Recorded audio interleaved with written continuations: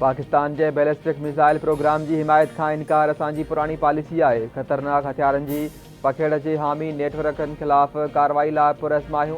अमरीकी परॾई तर्जुमान Matthew Miller की press briefing. संदस चवण है तो बैलिस्टिक मिसाइल प्रोग्राम बाबत असांजा ख़र्चा वाज़े आहिनि। पंहिंजी पाबंदियुनि ऐं ॿियनि उपाउनि जो इस्तेमाल जारी रखंदासीं। इसराइल जो हिज़्बुल्लाह ते जदीद टेक्नोलॉजी से हमलो। लिबनान में हिज़्बुल्लाह मेंबरन के पेजर में धमाका। 11 ॼणा मारिजी विया। 4000 खां वधीक ज़ख़्मी। इस्पतालूं ज़ख़्मियुनि सां भरिजी वियूं। केतिरनि ई माण्हुनि जी हालत गणती जोगी। ज़ख़्मियुनि में ईरानी सफ़ीर मुश्तबा अमानी भी शामिल। अरब मीडिया मूजिब पेजर डिवाइसिस में धमाका ॾखण लिबनान ऐं बैरूत के इलाइक़नि में थिया। हिज़्बुल्लाह जा उहिदेदार ऐं अहलकार पेजर इस्तेमाल करे रहिया हुआ।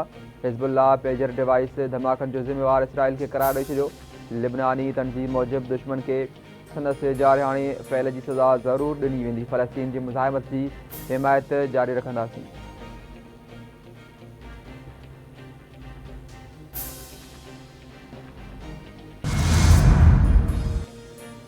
पेजर धमाकनि की मंजूरी इसराइली वज़ीर आज़म नेतन्याहू ॾिनी हुई। रूसी मीडिया की दावा लिबनानी हुकूमत ऐं ईरान साइबर हमलन जो ज़िम्मेवार इसराइल के करार ॾिनो। ईरानी परॾई वज़ीर अब्बास इराक़ची जो लिबनानी हम मनसब सां टेलीफोन ते राब्तो। अब्बास इराक़ची पारां धमाकनि में मारिजी वियलनि जी घरभातियुनि सां ताज़ियत। ज़ख़्मियुनि लाइ फौरी इमदाद जो वाइदो।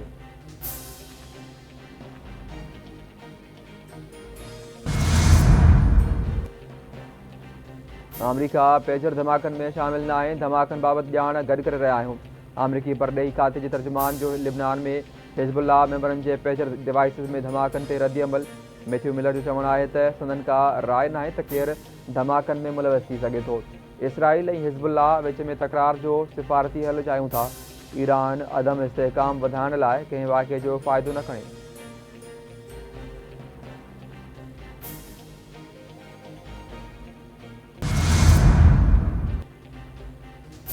गडियल क़ौमुनि पारां लिबनान में पेजर डिवाइस धमाकनि ते ॻणती जो इज़हार। तर्जुमान जो चवणु आहे त लिबनान में गैर मुस्तहकम हालतूं पैदा करण जी कोशिश ते ॻणती आहे।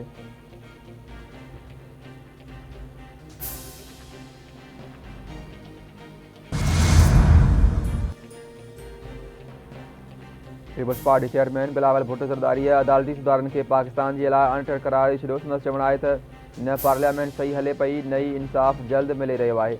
अदालती सुधारनि ते कंहिंखे बि एतिराज़ न करणु घुरिजे। अपोज़िशन जी मुखालफ़त मुख़लिसाणी न पर सियासी आहे। आइन में किथे लिखियल न आहे त जॾहिं बि 2/3 जी अक्सरियत हुजे पोइ आइनी तरमीमूं आंदियूं वञनि। आइनी तरमीमुनि ते मौलाना फज़लुर रहमान खे गॾु खणी हलण जी ज़रूरत आहे। मौलाना साथ ॾिए थो त पोइ आइनी तरमीमुनि में 1 या 2 महीना न लॻंदा।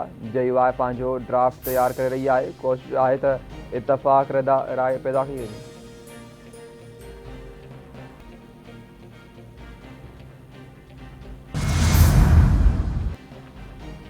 कराची में सुपर हाईवे ते हथियारबंदनि हथां PTI अॻुवान हलीम आदिल शेख जो ड्राइवर क़तल। शाहनवाज़ खे क़तल करे संदसि लाश चाकर होठ भरिसां फिटो कयो वियो।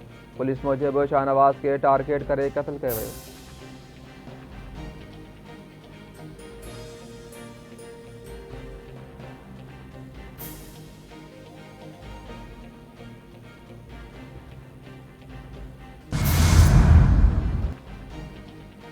कोरंगी पुलिस की वॾी कार्रवाई। बैंक में पैसा कढाईंदड़ शहरनि खां फुरकंदड़ गैंग गिरफ़्तार। फुरकंदड़ गिरोहनि जा वटां 8,45,000 रोक, 2 पिस्टल ऐं चोरी जी मोटरसाइकिल हथ।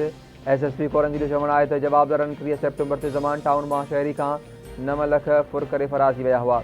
गिरफ़्तार जवाबदारनि जे सुञाणप फुरकान ऐं यशवा इलियास उर्फ़ सोनू जे नालनि सां थी।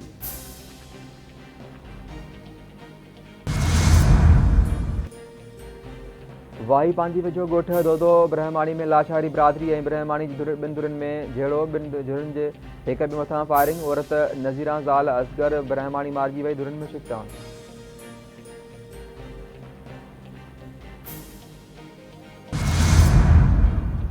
ऐं बाऊकोसो वासी पीरसन कराची में हथियारबंदनि सां क़तल। ॻोठ अर्ज़ मोहम्मद टांवरी वासी अली मर्दान टांवरी कराची में पहुरो कंदो।